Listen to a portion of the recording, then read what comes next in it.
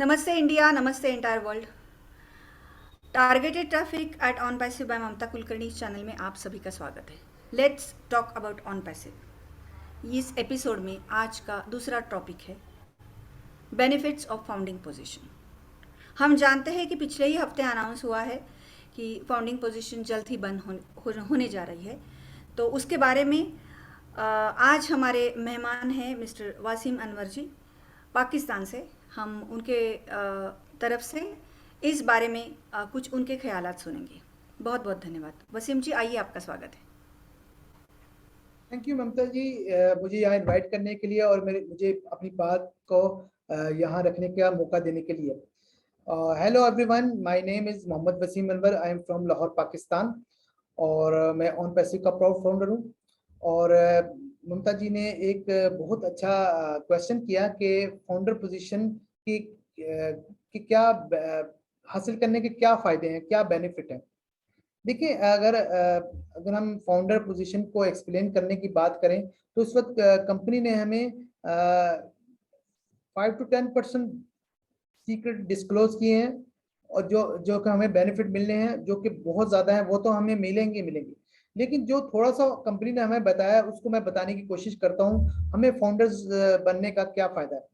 पहला फ़ायदा तो ये है कि एक्सक्लूसिव एक्सेस हमें मिलेगी ओ फाउंडर्स वेबसाइट में, जो कि ओ फाउंडर की वेबसाइट में जब हम एक्सेस करते हैं तो हमें वहाँ पर बहुत सारी ऐसी चीज़ें एक्सप्लोर करने का मौका मिलता है। वहाँ पर वेबसाइट्स होती हैं, कुछ प्रोडक्ट्स होंगी जो कि बीटा टेस्टिंग की मराहिल पे चल रही होंगी।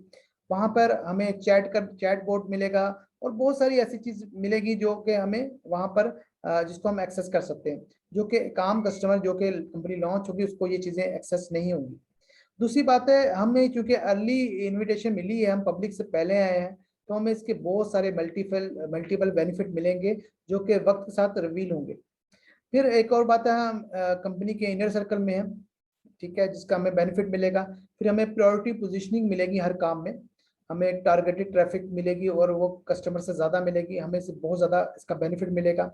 फिर हम बीटा टेस्टर होंगे, क्योंकि जब ऑन पैसिव लॉन्च होगी तमाम प्रोडक्ट्स एडवांस लॉन्च नहीं हो जाएंगी, थोड़ी सी प्रोडक्ट्स से लॉन्च होंगी, फिर आहिस्ता आहिस्ता तब वो वीकली या 2 वीक्स आफ्टर मंथ वो प्रोडक्ट आती रहेंगी। तो उन तमाम प्रोडक्ट्स में बीटा टेस्टिंग के लिए हमें मौका मिलेगा यूज़ करने के। हम वो पहले शख्स होंगे, जो लोग होंगे, जो फाउंडर जो जो उसका फ़ायदा उठाएंगे, जो उसका बेनिफिट उठाएंगे, ठीक है।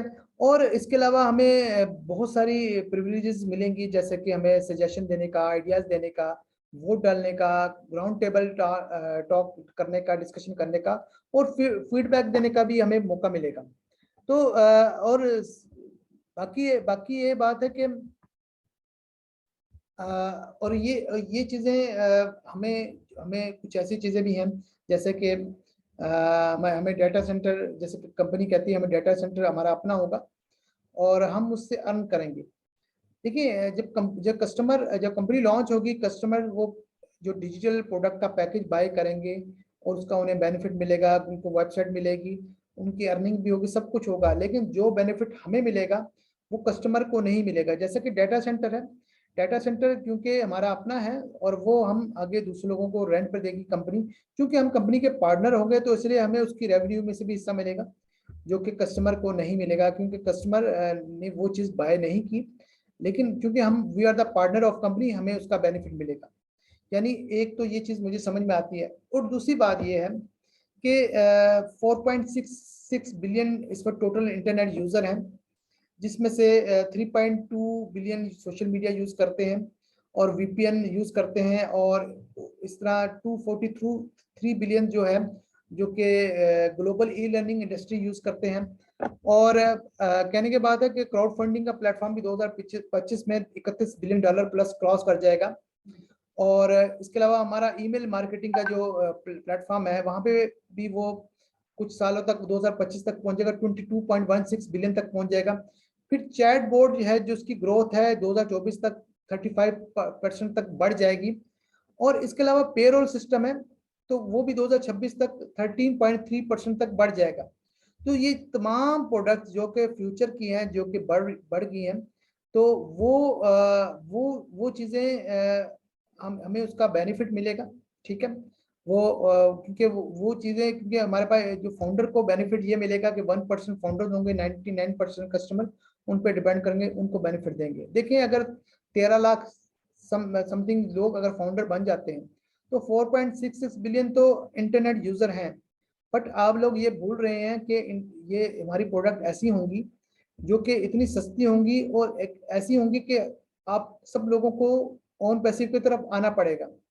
फिर ये कि 4.66 बिलियन नहीं रहेंगे, क्योंकि हमारी कंपनी की ऑन पैसिव की फिजिकल प्रोडक्ट्स भी होंगी।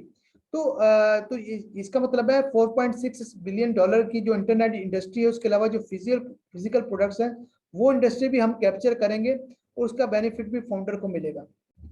फाउंडर को ऐसे बेनिफिट मिलेंगे जो कि अभी रिवील तो नहीं किए गए, लेकिन ये कि वो हमें स्टेप बाय स्टेप, जैसे कंपनी का पैटर्न रहा है कि आहिस्ता आहिस्ता वो चीज़ें रिवील करती जा रही है। जैसे कि अभी डेटा सेंटर के बारे में बताया, इस तरह हमारी प्रोडक्ट आ रही है, वो अकेडमी, वो कनेक्ट आ रहा है, और इस तरह वो ब्लेस अभी लॉन्च होने जा रहा है। ऐसा ऐसा ये चीज़ें हमें रिवील होंगी और हमें बेनिफिट मिलेगा जो कि कस्टमर को नहीं मिलेगा। तो आई थिंक जितना मेरा नॉलेज था उस हिसाब से मैंने ये चीज़ें एक्सप्लेन कर दी। थैंक यू वेरी मच ममता जी, बहुत बहुत शुक्रिया। बहुत बहुत धन्यवाद।